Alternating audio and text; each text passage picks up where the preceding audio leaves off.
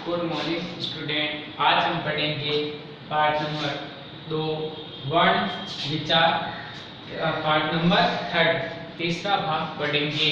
इससे पहले मैंने पार्ट नंबर 1 पार्ट नंबर 2 के बारे में आपको अध्ययन करवा दिया है। आज पढ़ेंगे पार्ट नंबर 3 का स्वीट असर के बारे में जानकारी देंगे आपको। अब देखो स्वीट असर, स्वीट का मतलब इंग्लिश में बोलते जॉइंट, ठीक है।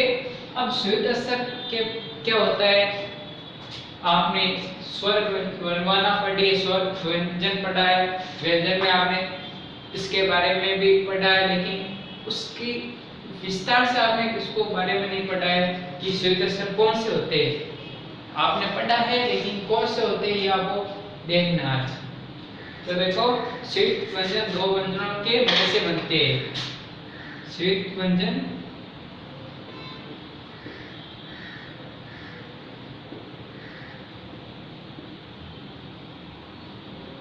स्वीट व्यंजन दो असरों के मेल से बनते हैं। कितने असर से? दो असर के मेल से बनते हैं। असर बोलो, देखो या मैं स्वीट व्यंजन दो असरों के मेल से बनते हैं, तो मैं असर लिख दूं, यहाँ मैं व्यंजन भी लिख सकता हूँ क्योंकि व्यंजन है, तो ये आपको समझाने के लिए व्यंजन लिख देता हूँ। व्यंजनों क्यों लिखा? तो ये एक व्यंजन तो इसमें है नहीं है, व्यंजन कितने होंगे? दो, तो इसमें बहुवचन आएगा, ध्यान रखना। स्वीट व्यंजन दो व्यंजनों के मेल से बनते हैं। कितने व्यंजन से बनते हैं? दो व्यंजन से। आपस में क्या होता है? मेल होता है। क्या होता है? मेल होता है। अब स्वीट असर कितने होते हैं? स्वीट असर देखो, स्वीट असर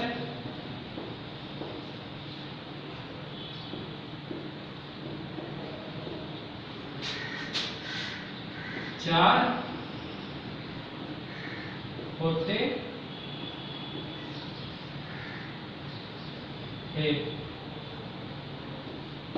कितने होते? चार होते। स्वीट असर कितने होते? चार होते। कौन कौन से होते? तो देखो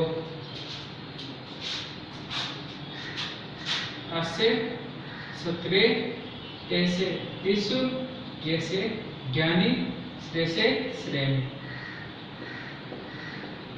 कितना होते? चार होते। कौन कौन से? असे, सत्रे, तैसे, त्रिशूल, जैसे, ज्ञानी, श्रेय से, श्रेणी। अब देखो ये कैसे बनता है, देखो असे सत्रे निर्माण कैसे होता है? के हलन प्लस से ऐसे सत्रे का निर्माण होता है। के हलन प्लस ऐसे सत्रे से इसका निर्माण होता है। त्रे से ते प्लस रे, तो किसका निर्माण होता है? त्रिशूल का। त्रे यानी को कैसे बोलते हैं? जे प्लस वीणा प्लस श्रेय से सेवन। मित का निर्माण कैसे होता है? श्रेय प्लस ये तालु वाला से है, किसका से है? तालु वाला से प्लस रे हलन से। रे यहाँ हलन नहीं आएगा क्योंकि ये वर्ण हमेशा बड़े होंगे, ये वर्ण हमेशा छोटे होंगे। अब देखो, अब आपको इससे बनने वाला शब्द कौन कौन से होते हैं जिसके बारे में पता होना चाहिए, ताकि आपको ज्ञान होगा, वो स्थायी होगा। अगर मैं ऐसे बता दूंगा तो आपको समझ में नहीं आएगा। तो उसके कुछ आपको मैं इसके उदाहरण तौर से कुछ शब्द लिखूंगा ताकि आपको ये स्थायी रूप से पता चल जाएगा इसका उपयोग कहाँ किस किस शब्द में किया जाता है। फिर आप घर पे इसको इसके अलावा जो मैं लिखता हूँ उसके अलावा और भी आपको देखना है कि इससे कौन कौन से नए शब्द बनेंगे, तब आपको ज्ञान क्या होगा, आपका शब्दकोश कैसे रहेगा, विस्तार रूप से डेवलपमेंट हो जाएगा, विकास हो जाएगा, आप सब ज्ञान में परफेक्ट हो जाएंगे। जिससे से क्या बनेंगे? समता, समता बन जाएगा। और क्या बनेगा? समा,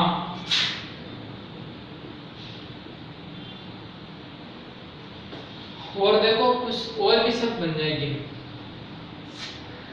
63 बन जाएगा, 63 त्रिशूल बन जाएगा।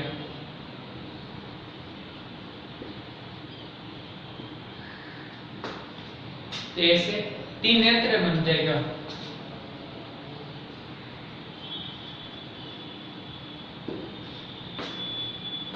ठीक है, और भी शब्द बन जाएंगे। जैसे ज्ञानी वाले कौन से, ज्ञानी, ज्ञान बन जाएगा।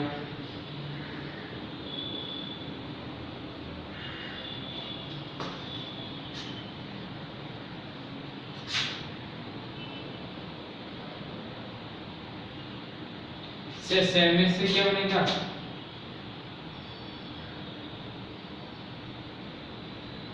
और इसमें एक इसका ये भी बन जाएगा, यज्ञ बन जाएगा।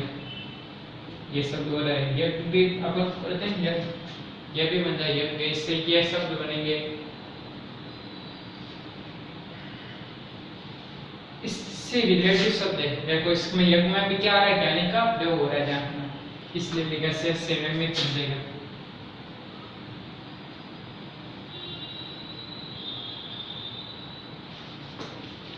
आश्रम बन जाएगा।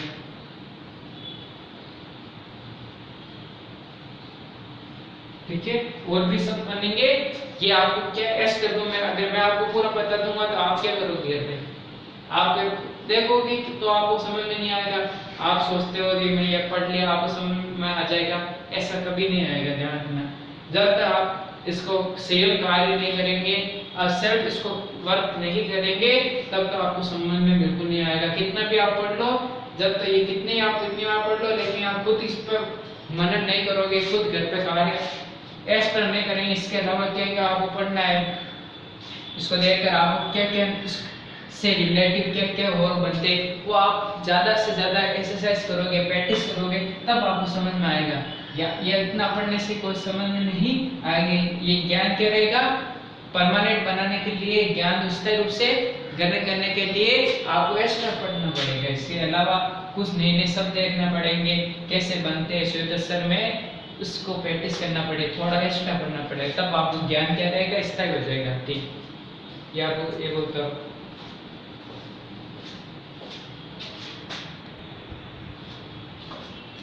अब देखो बच्चों, मैंने श्वेत अक्षर व्यंजन के बारे में आपको मैंने भी बताया। क्या बताया, ऐसे सत्रे, तैसे त्रिशूल, जैसे ज्ञानी, श्रेय से श्रेय, ये श्वेत अक्षर थे।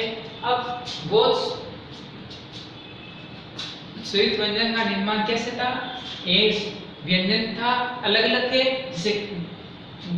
जैसे ज्ञानी का मैंने निर्माण कैसे किया, जय पर ये त्रिशूल का त्रेय प्लस रे, तो दोनों व्यंजन के समान थे, अलग थे, बताओ अलग थे ने। जैसे सपोज करो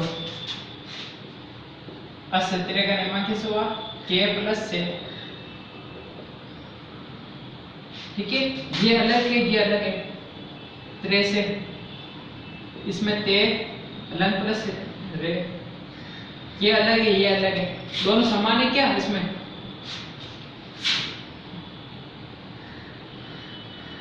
श्रेय सेमी का निर्माण से प्लस अलग प्लस रे, ये दोनों क्या समान है क्या, ये से क्या नहीं नहीं, ये भी अलग, ये भी अलग, ये भी अलग, ये भी अलग, ये भी अलग, ये भी अलग। तो श्वेत अक्षर का निर्माण दो भिन्न व्यंजनों से मेल से बनता है। कैसे, भिन्न अक्षर के मेल से बनता है। भिन्न का मतलब समझ में आ रहा है, दोनों समान होने चाहिए। जिस प्रकार मैंने आपको ऐसे सत्रे, ऐसे त्रिशूल, जैसे ज्ञानी, श्रेय से सेमी, इन चार वर्णों का निर्माण दो व्यंजनों के आपस में कैसे बनता है, मेल से बनता है। लेकिन दोनों वर्ण कैसे होते हैं, समान नहीं होते, कैसे होते, असमान होते। लेकिन श्वेत अक्षर व्यंजन पढ़ेंगे, वो श्वेत अक्षर थे, अब श्वेत व्यंजन कैसे होंगे, देखो इसको ध्यान से देखना। अगर वो आपको समझ में आ जाए तो ये जल्दी से आ जाएगा। ध्यान रखना, ये दोनों आपस में क्या रहेंगे, ऑपोजिट, एक दूसरे के उल्टे रहेंगे। ध्यान रखना, श्वेत अक्षरों में एक ही वर्ग के समान, देखो एक ही वर्ग के समान व्यंजन, अब यहाँ अंडरलाइन करो तो इसको ध्यान से देखना है। एक ही वर्ग के समान व्यंजन परस्पर परस्पर जोड़कर लिखे गए एक ही वर्ग के समान व्यंजन जब जोड़कर लिखे गए है तो जुड़कर लिखे जाने से संयुक्त अक्षर कहलाते हैं। तो समझ में क्या आया कि इसमें क्या होना चाहिए, इसमें क्या कंडीशन, नियम, इसमें नियम अलग है। उसका नियम क्या था कि दो व्यंजन आपस में मिलते हैं लेकिन दोनों व्यंजन क्या कैसे होते हैं, असमान होते हैं। दो असमान व्यंजनों से एक व्यंजन का निर्माण होता है। लेकिन इसमें क्या लिखा है कि समान एक ही वर्ग के समान व्यंजन होने चाहिए।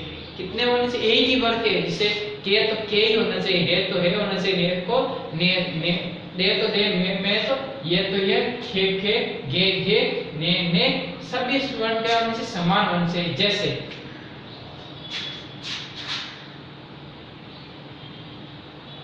जैसे छोटा सा उदाहरण के, ये अलग है, ये भी के पूरा।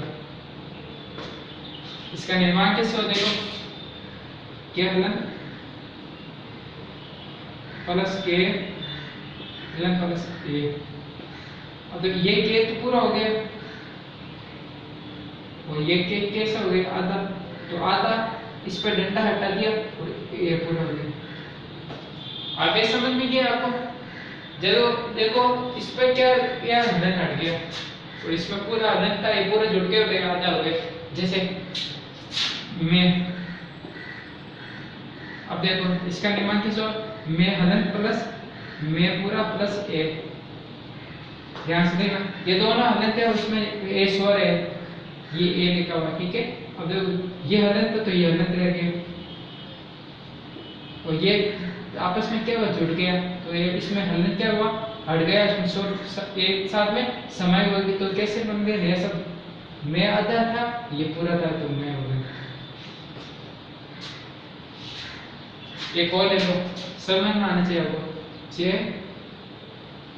डबल चे। अब इसका कैसे निर्माण हुआ, चे प्लस हलन प्लस ए प्लस चे पूरा। यहाँ लिख देता हूँ, चे प्लस हलन प्लस चे प्लस ए। ये हलन है तो हलन है, ये दोनों क्या हुआ, ये इसमें समांग होता तो चे इसमें हलन था, ये जुड़ने पर क्या हलन हट गया। अब चे ये चे आधा है, ये पूरा, तो चे कैसे हो गया, ठीक है। यहाँ तक समझ में आ गया आपको?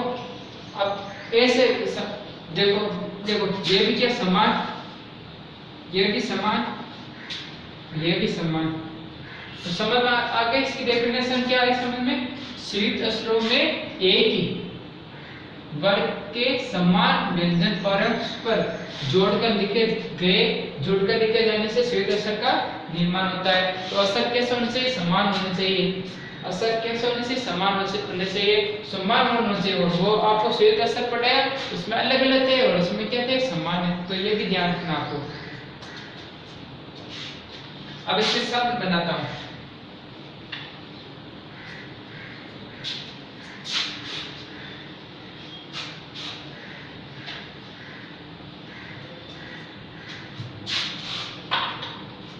जैसे मैंने लिखा चम्मच। अब क्या समान जाती है, तो इसको पोस्टमार्टम कर देते हैं, चे प्लस ए, ये पूरा हो गया। में ये हलन है और ये भी क्या हलन है, इसमें क्या स्वर बाहर आ गए, ये पूरा प्लस चे। या ये समझ में? अब देखो इसको, देखो एक बार ध्यान से देखो,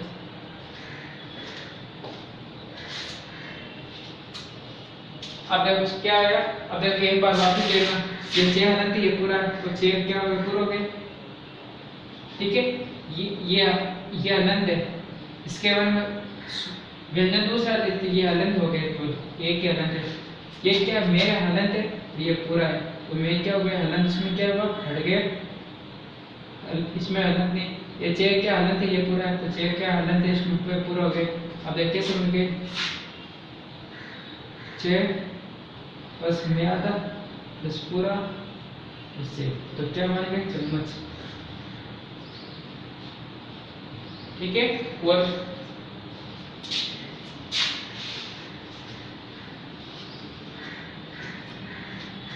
जैसे दिल्ली। अब इसको पोस्टमार्टम कर देते हैं, ठीक है। डे प्लस हलन प्लस छोटी प्लस ले, याद है लाभ आधा हलन प्लस और ले आ गया, इसको अलग कर देते। किसके मात्रा, बड़ी के मात्रा प्लस बड़ी, ठीक है। अब इसको देखो, इसको वापस जोड़ो, डे प्लस डे आधा अनंत है, और ये किसकी मात्रा, छोटी की मात्रा, तो अलग भाग इसमें क्या हो गया दी, बस ये ले आधा क्या अलग, और ले पर बड़ी, ले अनंत था, इसमें जोड़ने पर डी हो गई, तो क्या बन गया, ये दी और ले आधा, ये ले पूरा, तो क्या बन गया दिल्ली, ठीक है। यहाँ पे आपको समझ में आएगी, इसको भी ध्यान से देखो कर।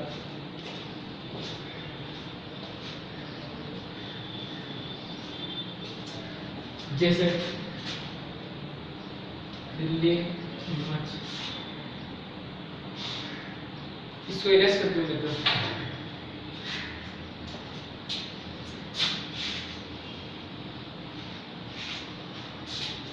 अब ये सब रोल लिखते देखो, इसे पक्का पक्का होता है पक्का, इसको फर्स्ट मिनट में दे प्लस हलन प्लस ए किया था प्लस ये के पूरा हलन करने पर इसमें आके मात्रा जोड़ के बाहर आ गए। अब देखो ये पे और ये जोड़ने पर पे हलन था, इसमें ये जोड़ने पर पे पूरा हो गया, ओके आधा अधूरा है तो आधा अधूरा इसको रखते, ये के और ये जोड़ने पर के का क्या होगा का, ये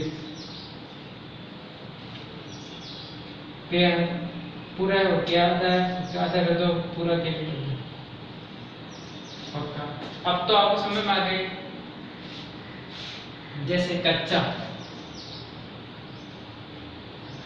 मम्मी, ठीक है, बहुत सारे भी शब्द है, ठीक है। आप घर पे और प्रैक्टिस करना।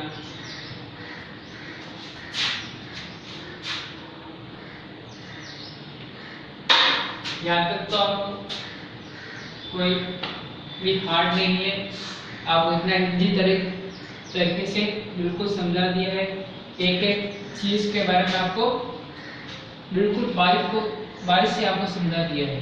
अब आपको ऐसा भी नहीं होना चाहिए समझ में नहीं आया, एक बार या तो बार बार देखो उसको, तो आपको समझ में जल्दी आ जाएगा, ठीक है।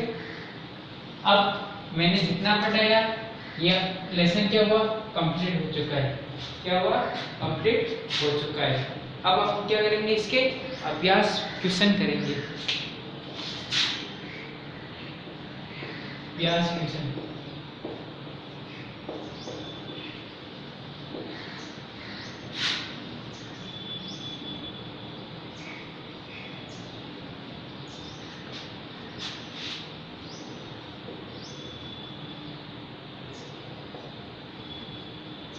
क्या करेंगे, एक्सरसाइज क्वेश्चन।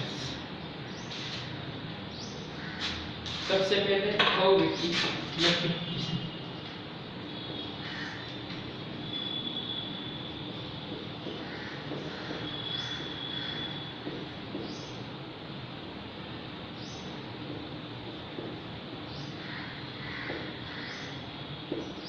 क्या अपने बहुविकल्पीय क्वेश्चन। बहु का मतलब क्या था, बहुत, इसका आंसर क्या होना चाहिए, बहुत है, लेकिन विकल्प में क्या करना है, इसको चॉइस करना है आपको। बहु का मतलब बहुत सारे, विकल्प मतलब बहुत सारे आंसर रहेंगे, लेकिन उसमें आंसर क्या रहेगा, एक ही रहेगा। विकल्प मतलब उसमें चुनना, आपको चॉइस करनी है कौन सा आंसर उसमें क्या है, राइट है। विकल्प में से एक ना, तो देखो आप पसंद करेंगे, ठीक।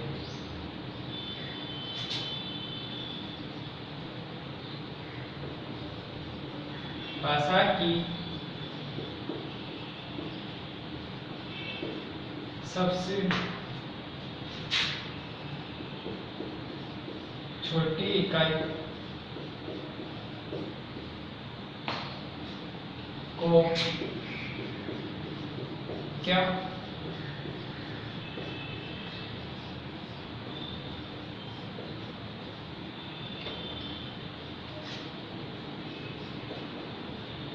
कहते।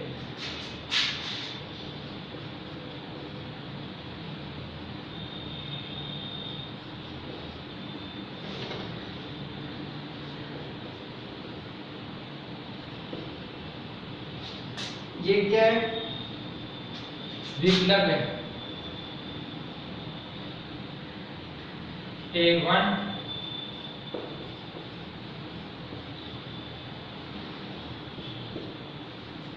A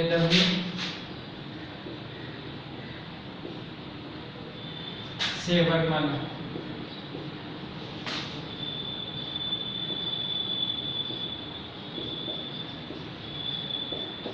अब आप जितनी देर मैंने आपको ट्यूशन दी आप इसको आंसर सोचिए, इसका आंसर क्या होगा, फिर बाद में मैं इसको बाद में बताएंगे, ठीक है? एक बार आप सोचिए, मैं क्वेश्चन लिख रहा हूँ।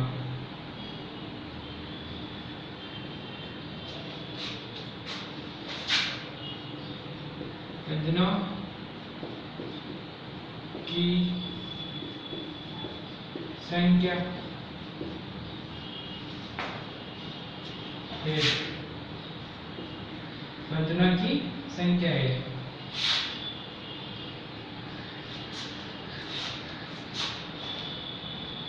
ग्यारह,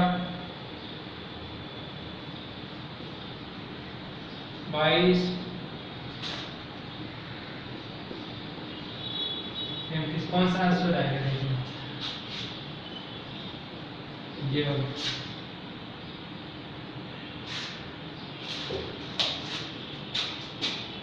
वर्णमाला में कुल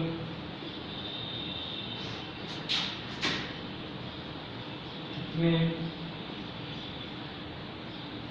वर्ण होते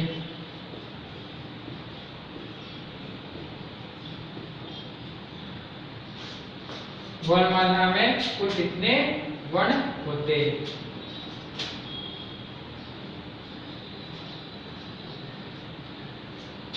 पैंतालीस,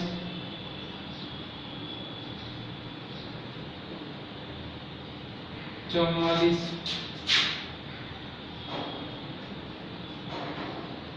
46। अब देखो बच्चों, इसको ध्यान से पढ़िए, फिर बाद में सोचिए इसका क्या आंसर होगा। 1 मिनट आपको इसको बिल्कुल मौन धारण से पढ़ना है, बिल्कुल ध्यान से पढ़ना है।